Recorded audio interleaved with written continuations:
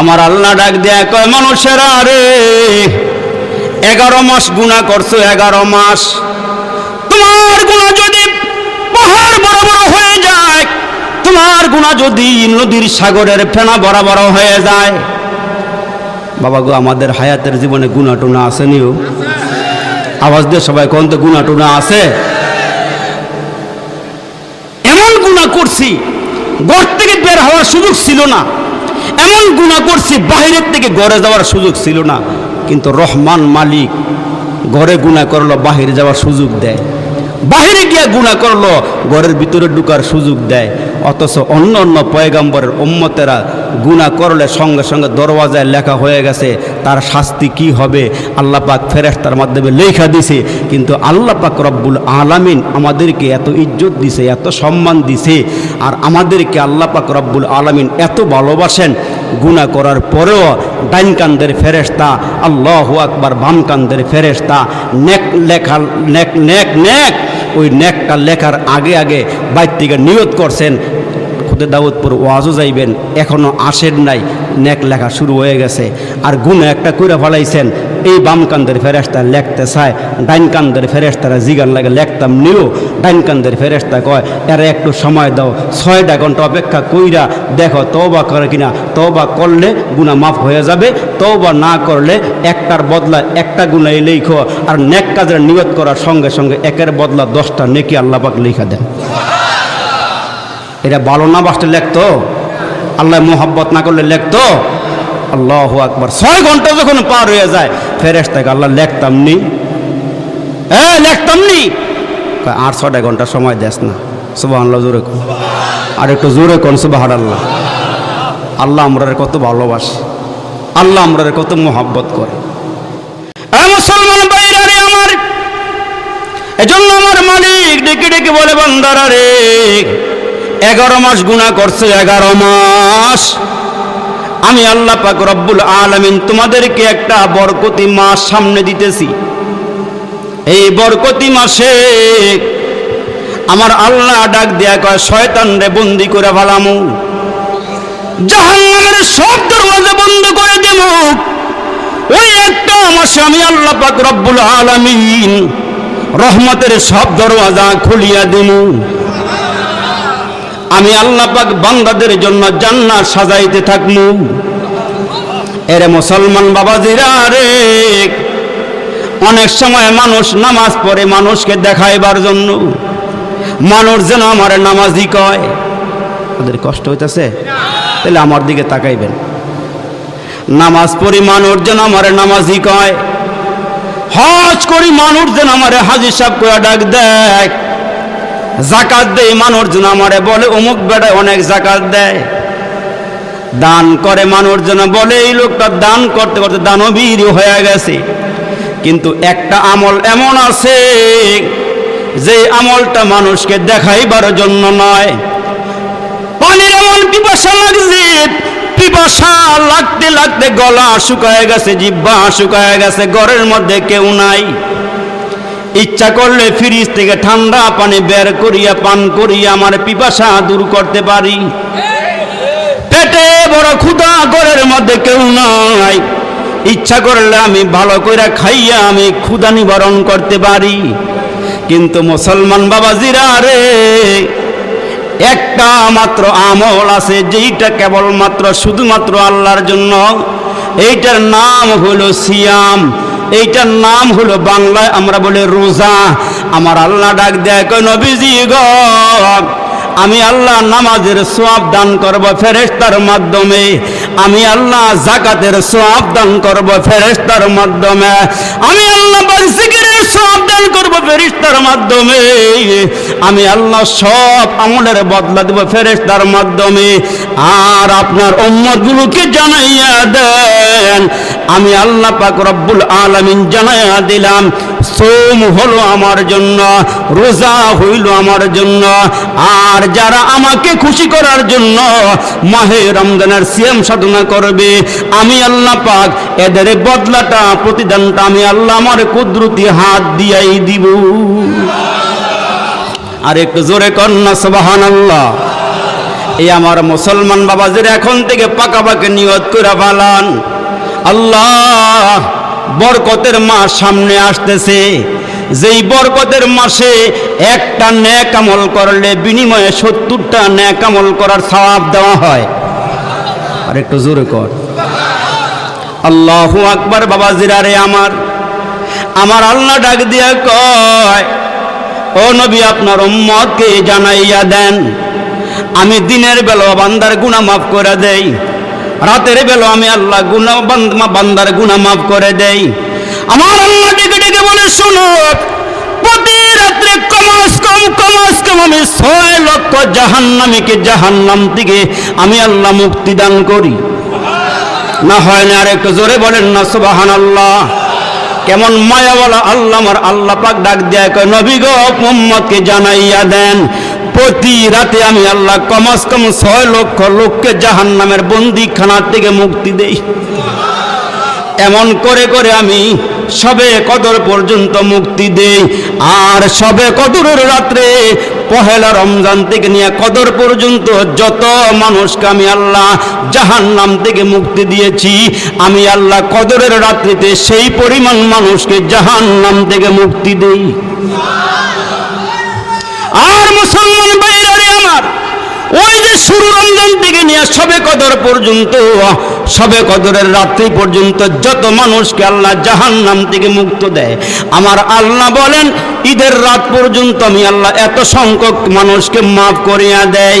আর ওই মুহূর্তে মুসলমান ঈদের রাত্রে চাঁদ রাত্রি ফেরেশতারা আল্লাহ দরবারে কাঁদে আর বলে, আল্লাহ আল্লাহ, উম্মতের বরকতের মাসটা শেষ হয়ে গেল, মাগফিরাতের মাসটা শেষ হয়ে গেল, জাহান্নাম থেকে মুক্তির মাসটা শেষ হয়ে গেল। ফেরেশতারা পর্যন্ত কান্না শুরু করিয়া দেয়। এই জন্য আমার পয়গম্বর ডাক দিয়া বলেন, আমার উম্মতের মধ্যে হতভাগা ওই উম্মত যারা রমজান পাওয়ার পরেও নিজের গুনাহগুলো মাফ করাইতে পারল না। আল্লাহর পয়গম্বর যখন আল্লাহর ঘর মসজিদে ঢুকলেন, মুসলমান মেহরাবের মধ্যে ওই যে মিম্বর আছে, মিম্বরের মধ্যে 3টা সিঁড়ি আমরা দেখতে পাই। আল্লাহর নবী মসজিদে ঢুকিয়া একটা সিঁড়ির মধ্যে পা রাখলেন, তখন বললেন আমিন। দ্বিতীয় সিঁড়ির মধ্যে পা রাখলেন, তখনও বললেন আমিন। তৃতীয় সিঁড়ির মধ্যে পা রাখলেন, তখনও বললেন আমিন। সাহাবায়ে কেরাম ডাক দিয়া কয়, ওগো আল্লাহর নবী, আর কতদিন আপনি মিম্বরের মধ্যে বসিয়া বসিয়া বয়ান করেছেন, কিন্তু আজকে একটু ব্যতিক্রম মনে হইল। ওগো আল্লাহর নবী, এমন করে করে আপনি 3 বার কেন আমিন আমিন বললেন? আমার নবী ডাক দিয়া কয়, সাহাবীরা রে, সাহাবীরা ভালো করে খেয়াল করে শোনো, আমি যখন মসজিদের মধ্যে ঢুকলাম, আমি যখন মেহরাবের কাছাকাছি আসলাম, আমি যখন তোমাদের সামনে বয়ান করার জন্য মিম্বরের প্রথম সিঁড়ির মধ্যে পা রাখলাম, আমি তাকায় দেখি জিবরাইল আমিন আমার সামনে আইসা হাজির হইয়া গেছি। জিবরাইল আমিন আইসা ডাক দেয়, ওগো নবীজি, যারা রমজান পাওয়ার পরে নিজের গুনাহ মাফ করাইতে পারল না, এরা ধ্বংস হোক। রাসূল বললেন আমিন। দ্বিতীয় সিঁড়ির মধ্যে রাসূল যখন পা মুবারক রাখলেন, ওই মুহূর্তে জিবরাইল ডাক দেয়া কয়, নবী গো, যারা আপনি নবীর নাম শোনার পরে আপনার উপরে দরুদ পড়ে না, এরাও ধ্বংস হয়ে যাক। রাসূল বললেন আমিন। তৃতীয় সিঁড়ির মধ্যে আমার নবীজি যখন পা রাখলেন, জিবরাইল ডাক দিয়া কয়, ওগো আল্লাহর নবী, ওগো পেয়ারা পয়গম্বর, আপনার উম্মতের মধ্যে তারা ধ্বংস হোক যারা আব্বা আম্মা পাওয়ার পরে আব্বা আম্মার সেবা করতে পারল না, আব্বা আম্মার খেদমত করতে পারল না, আব্বা আম্মার মন জোগাইতে পারল না, মন জয় করতে পারল না। যে আব্বা আম্মা সন্তানের উপর রাজি হয় নাই, সন্তুষ্ট হয় নাই, যে আব্বা আম্মা সন্তান সন্তানের উপরে খুশিও হয় নাই, এরাও ধ্বংস হয়ে যাক। রসুল বললেন আমিন। আর যেখানে আমার নবী আমিন বললেন, সেই দোয়া ফেরত আসতে পারে না, কারণ পবিত্র জবানের আমিন। এই জন্য মুসলমান, আমরা যেন ওই বদদোয়ার মধ্যে না পড়ে যাই। বালেগ পুরুষ আমরা যারা আছি, যাদের উপরে আল্লাহ নামাজ ফরজ করেছেন, যাদের উপরে আল্লাহ রোজা ফরজ করেছেন, আমি আপনাদের পায়ে হাত রেখে বলবো, এ আমার মুরব্বীরা, এ আমার যুবকেরা, মাহে রমজানের মধ্যে সিয়াম সাধনা করো, দিনের বেলা রোজা রাখো, মুখটাকে ঠিক করে ফেলাও। ওই রমজানের রোজা রাখিয়া মিথ্যা বলবো না, চগলখড়ি করব না, গীবত শিকায়াত করব না, গালিগুলোজ করব না। যারা ওই মুসলমান জবানটারে হেফাজত করিয়া মাহে রমজানের রোজা রাখবে, মুসলমান যারা রোজা রাখবে, আমার নবী ডাক দিয়ে বলেন, মাহে রমজানের রোজা সিয়াম হইল তোমাদের জন্য ঢাল স্বরূপ। ওই ডাল যদি ঠিক থাকে, যুদ্ধ করে মুসলমান বিজয় অর্জন করা যায়। আর যারা সহি শুদ্ধ করে রোজা রাখবে, এই রোজার বিনিময়ে আল্লাহ পরকালে জান্নাত আমাদেরকে দান করবে। মাহে রমজানের প্রস্তুতি আমরা কারা কারা গ্রহণ করব? নারায়ে তাকবীর। আল্লাহ সবগুলো হাত কবুল করে নেন, বলেন আমিন। হাত নামায়া দেন। ওই বরকতের মাস সামনে আসতেছে, যেই মাসের জন্য রসুল 2 মাস আগের থেকে প্রস্তুতি নেওয়া শুরু করছেন। আল্লাহুম্মা বারিক লানা ফি রজব ওয়া শাবান ওয়া বাল্লিগনা রমাদান। আল্লাহর কাছে দোয়া করছে, আল্লাহ রজব এবং শাবানে আমাকে হায়াত দিয়ে রমজান পর্যন্ত পৌঁছাইয়া দিও। সুবহানাল্লাহ, জোরে বলেন। রমজান মাস আসলে আমার নবী এত বেশি কোরআন খতম করতেন, জিব্রাইল আমিন নবীজিকে, আল্লাহু আকবার, নবীজিকে কোরআন শোনাইতেন, আর নবীজি শুনতেন, আবার নবীজি পড়তেন, জিব্রাইল শুনতেন। এই জন্য মুসলমান মাহে রমজান আসলে, মাহে রমজান হলো কোরআন নাজিলের মাস, মাহে রমজান হলো কোরআন নাজিলের মাস। এই জন্য মাহে রমজানে আমরা যারা 11 মাস কোরআন শরীফ পড়ি নাই, পড়তে পারি নাই, এই কোরআন নিয়ে বসে যান, কোরআন শিখার আগ্রহ পেশ করেন। মুসলমান কমস কম হাবেশ সাহেবের পিছনে খতমে তারাবিটা পড়েন, হাবেশ সাহেবের পিছনে খতমে তারাবিটা পড়েন। অনেক লম্বা সময় পার করছেন, দোকানে বসে বসে সময় নষ্ট করছেন, বাড়িতে বসে বসে আড্ডা দিয়ে গল্প গুজব করে সময় নষ্ট করছেন। খতমে তারাবিটা পড়েন, কারণ এই কোরআন আপনাকে আমাকে সুপারিশ করে আল্লাহর জান্নাতে নিয়ে যাবে। জোরে কোন সুবহানাল্লাহ। কই নিয়ে যাবে? জান্নাতে নিয়ে যাবে। আমাদের জান্নাতে যাওয়ার আগ্রহ আছে তো? কমস কম এই কোরআনটা একটু নামাজের দাঁড়ায় দাঁড়ায় শুনেন, নামাজে দাঁড়ায় দাঁড়ায় কোরআন তেলাওয়াতটা শুনেন। আল্লাহ পাকের কাছে গিয়ে বলতে পারবেন যে আল্লাহ কোরআন শিখতে পারি নাই, কিন্তু মাহে রমজানে আল্লাহ হাবেশ সাহেবের পিছনে দাঁড়ায় দাঁড়ায় একটা মাস আল্লাহ পিছনে দাঁড়ায় দাঁড়ায় কোরআন তেলাওয়াত শুনছি, পড়লে যে সওয়াব শোনার মধ্যে আল্লাহ পাক সেই সওয়াব দান করবেন। আর একটু জোরে কর সুবহানাল্লাহ। এলাকার মধ্যে আছে তো খতম তারাবি?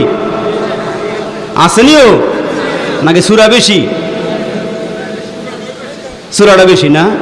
যাদের কোমরে জোর আছে, হাত পায়ে জোর আছে, হেরা একটু এই খতমটা পড়েন। রাজি আছেন ইনশাআল্লাহ? আর যারা অবস্থা খারাপ, মনে করেন যে চেয়ারম্যান হয়ে বসা, আমরা বিনা ভোটে চেয়ারম্যান, সারাদিন টই টই বাজারে, কমর সোজা, কিন্তু মসজিদে গিয়ে হুজুর চেয়ার ডাকো, আমার হুজুর আমার চেয়ার ডাকো, কেন গেলে চেয়ারম্যান। এজন্য বলি মুসলমান যাদের কোমরে জোর আছে, হাত কমস কম এই খতম তারাবিটা পড়েন। আল্লাহ আমাদেরকে বুঝার তৌফিক দান করুক, বলেন আমিন। আর একটু জোরে আওয়াজ করে বলেন আমিন। তো আল্লাহ পাক রব্বুল আলামিন বলেন, হে রাসূল আপনার উম্মতকে জানাইয়া দেন, জান্নাত কিন্তু কালমা বলার জন্য, জান্নাত কিন্তু ইমানদারের জন্য। যারা ইমান নিয়ে যাইতে পারে নাই, দুনিয়াতে অট্টালিকার মালিক ছিল, ক্ষমতার মালিক ছিল, অনেক সম্পদের মালিক ছিল, কিন্তু ইমান নিয়ে যাইতে পারে নাই, সে জিরো না হিরো? বুঝা বালা করে কোন জিরো না হিরো? আরেকটা মুসলমান দিন আনে দিন খায়, কিন্তু তার হায়াতের জীবনে নামাজ কাজা নাই, মাহে রমজানের রোজা কাজা নাই, দিন আনে দিন খায় কিন্তু হালাল খায়।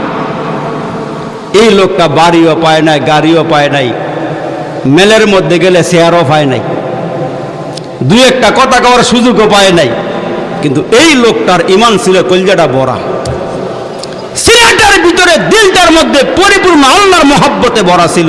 এই লোকটা যখন ইমান নিয়ে মরবে, মুসলমান ভাইরা, এই লোকটা জিরো না হিরো? আওয়াজ দিয়ে কথা বলেন, জিরো না হিরো? দুনিয়ার মধ্যে লোকটা জিরো, কিন্তু ঈমান থাকার কারণে কবরে সে হিরো। আর ওই হিরো লোকটার জন্য আল্লাহ পাক জান্নাত রেখে দিয়েছেন, ওই লোকটার জন্য আল্লাহ পাক পরকালে নাজাতের ব্যবস্থা করে রেখে দিয়েছেন। এই জন্য আল্লাহ পাক ডাক দিয়ে কয়, যারা দুনিয়ার জমিনে মুসলমান জিরো ছিল, ঈমানটা নিয়ে যারা কবরে গেছে এরা হলো হিরো। এই হিরোওয়ালার জন্য আল্লাহ পাক জান্নাত রেখে দিয়েছেন। খাজা মঈনুদ্দিন চিশতি না হইলে তো আমাদের এই মুসলমান এই বঙ্গে মাদ্রাসা হইতো না। ওনার হাতে হাত দিয়া 90 লাখ হিন্দু কালমা পড়ে মুসলমান হয়েছে। কত বড় কথা, সুবহানাল্লাহ জোরে বলেন। তো হুজুরে গিয়ে আস্তানা গাড়ছে আনাসাগরের পারে। কোন পারে? ওই যে ভারতবর্ষে একটা বড় নদীর নাম হলো আনাসাগর। তো উনি আল্লাহওয়ালা মানুষ, সাদা দিলের মানুষ, সাদা দিলের মানুষ, সাদা মনের মানুষ। সাগরের পারে গিয়া যখন মুসলমান বাইরে আস্তানা গাড়ছে, তো ওইখানে আনাসাগরের পানি লইয়া ওযু কইরা উনি আল্লাহকে ডাকে, আরাধনা করে, নামাজ কালাম পড়ে। কিন্তু এই খবর যখন তৎকালীন সময়ের বাদশা খবর পাইছি, বলতেছে একটা কাজ করো, এই মৌলবীর হাতে যেমনি মানুষ হাত দিয়া দিয়ে কালমা পড়তেছে, কবে জানে দল বাড়ি করে আমার রাজত্ব দখল করে নেয়।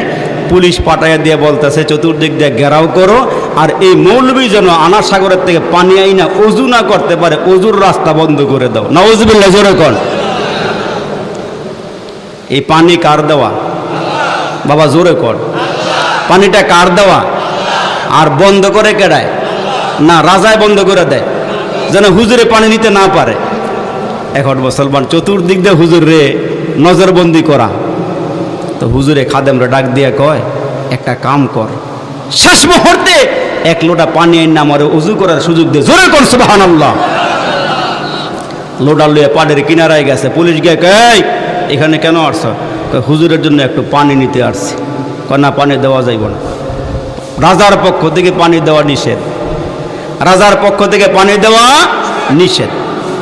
আমার মুসলমান ভাইরা রে, খাদেম ডেকে বলে, পুলিশ ভাইরা রে, আনাসাগরে crore crore million billion trillion trillion পানি হবে, আমাকে আধা লোটা পানি দাও, বেশি পানি দেওয়ার দরকার নাই। আল্লাহর ওলির হুকুম পাইয়া আধা লোটা পানি নিয়া পুলিশ বলতেছে, আধা লোটা পানি দিলে আর কি হবে? আধা লোটা পানি লইয়া হুজুরের সামনে আসছে। একটু ভালো করে খেয়াল করে শোনেন। এগুলো বলার উদ্দেশ্য হইল আমরা যেন এদের মতো হইয়া কবরে যাইতে পারি। জোরে কোন আল্লাহু আকবার। এই আধা লোটা পানি লইছে, হুজুর ওযু করছে। সুবহানাল্লাহ জোরে গাওয়া লাগে। রেডি এখন না, রেডি বানাগে।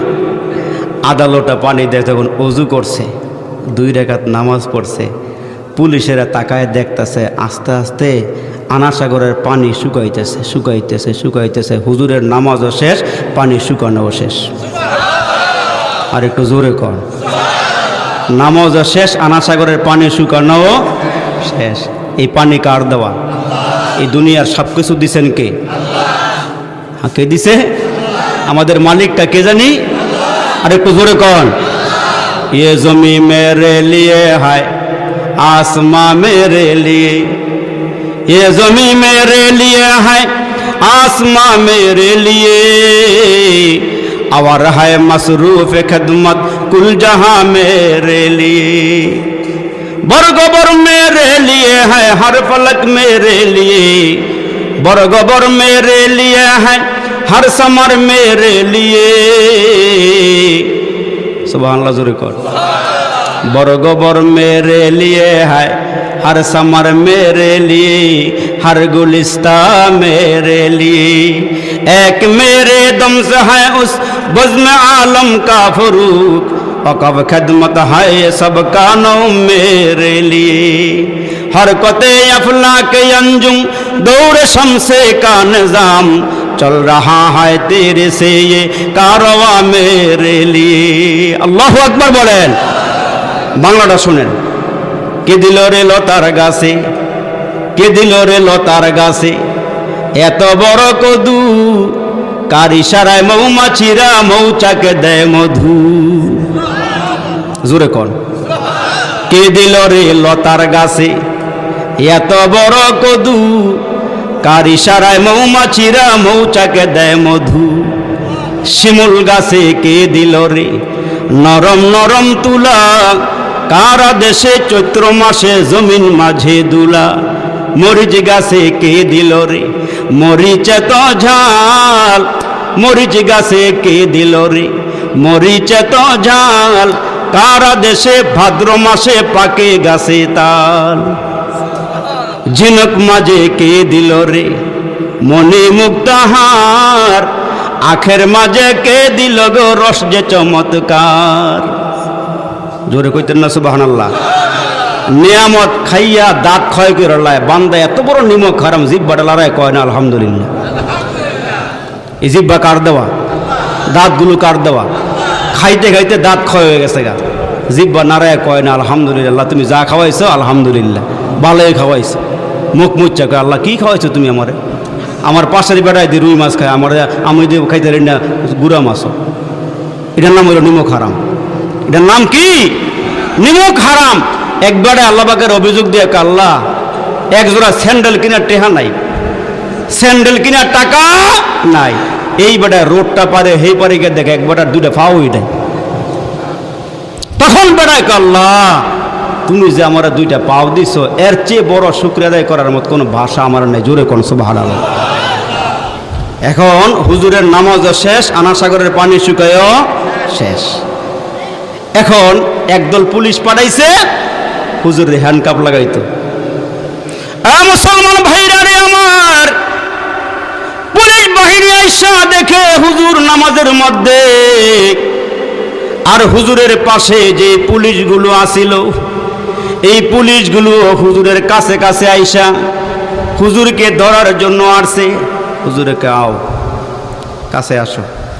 হুজুরের কাছাকাছি আসলে বসো যেইটারে যেমনে বসাইছে মাটির লগে মিল্লা রইছে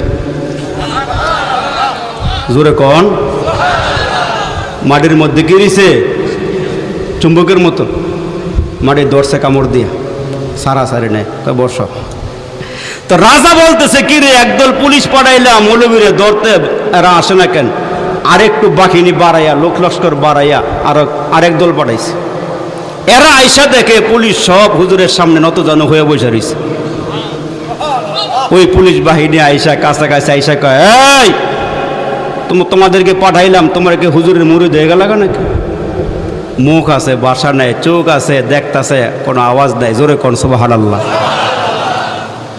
দ্বিতীয় বাহিনী যখন আসছে আরেকটু শক্তিশালী হয়ে আসছে হুজুরের কাছাকাছি আসার পর খাজা মঈনুদ্দিন চিশতি রহমাতুল্লাহ আলাইহি ডাক দিয়া কয় আসো আমারে পাকড়াও করার জন্য আসছো আমিও তোমাদের সঙ্গে যেতে রাজি আছি তৈয়ার আছে আসো আসো কাছাকাছি আসো এদেরকে হুজুর কাছাকাছি আইনা বসাইছে যে যেমনে আইসা বসতেছে এমনি রইছে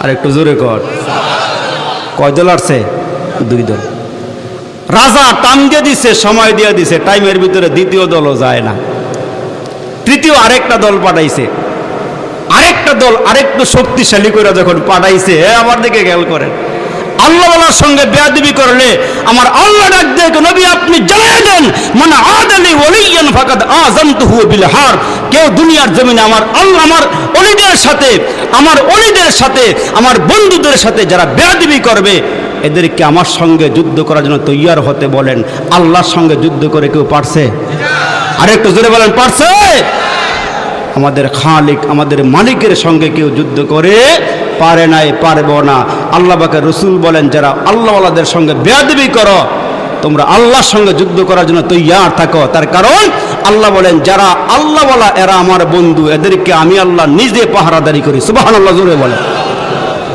তৃতীয় দল আসছে আরেকটু শক্তিশালী হইয়া মুসলমান বাবাজিরা তৃতীয় দল আসার পরে হুজুর ডাক দিয়া কয় আসো আমারে বন্দি করবা হ্যান্ডকাপ লাগাইবা আমিও তোমাদের সঙ্গে যেতে রাজি আছি বন্দিশালায় আবদ্ধ হতে চাই আসো এরা যখন হুজুরের কাছাকাছি এসে গেছে গো বাবা একেবারে নিকটে আসার সঙ্গে সঙ্গে হুজুর বলেন বসো বসো এরাও যখন হুজুরের সামনে পড়ছে এরাও আস্তে আস্তে মাটির সঙ্গে লাগতেছে মুসলমান মাটি এমন করে শক্ত করে ধরছে উঠতে চায়, মনে হয় আডো সিরা যাইব, ফাঁসা সিরা যাইব, উঠতে পারতেছে না। সুবহানাল্লাহ, জোরে কর। তিন দল আইসা হুজুরের সামনে নতজন হয়ে বসা। এবার 4 নম্বর একবারে সব প্রশাসনের লোক মিলাইয়া আরেকটু একবারে দলটারে বাড়ি করে বাড়াইছে।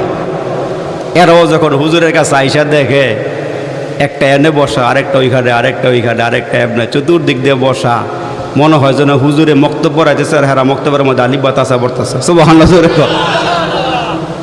4র্থ নম্বর বাহিরে আইসা এদের হালাত একই, এরাও বসছে, বসার থেকে উঠতে পারে না। এবার রাজা চিন্তা করে, কিরি 4টা বাহিনী পাঠাইলাম, এরা ফিরে আসতেছে না কেন, আমি নিজে একটু যাইয়া দেখি। তো বাদশাহ ওনার খাস মহলের লোকজন সঙ্গে করে লইয়া একবারে খাস বডিগার্ড সাথে দিয়া বাদশাহ আসছে। আইসা দেখে যে যেমনি আসছে এমনিই বসা, রাজাও কাছাকাছি আসছে। আসার আগে আবার মার সাথে কথা কয়েছে, মা একটু দোয়া করে দাও, আমি যাই। কয় মৌলবীর সঙ্গে বেয়াদবি করো না, বেয়াদবি করলে কিন্তু সারখার হয়ে যাবে। আর একটু জোরে কন, মৌলবীর সঙ্গে বেয়াদবি করো না, করলে কিন্তু সারখার হয়ে যাইব।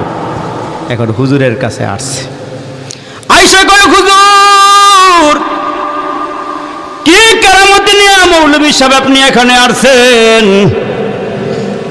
আপনি 1 লোটা পানি আনলেন আনা সাগরের থেকে, এখন সব পানি শুকায় গেছে। আমাদের গরু ছাগল বকরি বেড়া এরা পানি না খাইয়া এরা মারা যাইতেছে। এমনকি দুগ্ধ পোষ্য শিশু পর্যন্ত মায়ের বুকের থেকে দুধ পাইতেছে না। পাক পাখালি পশু পাখি পর্যন্ত হয়রান পেরেশান হয়ে গেছে।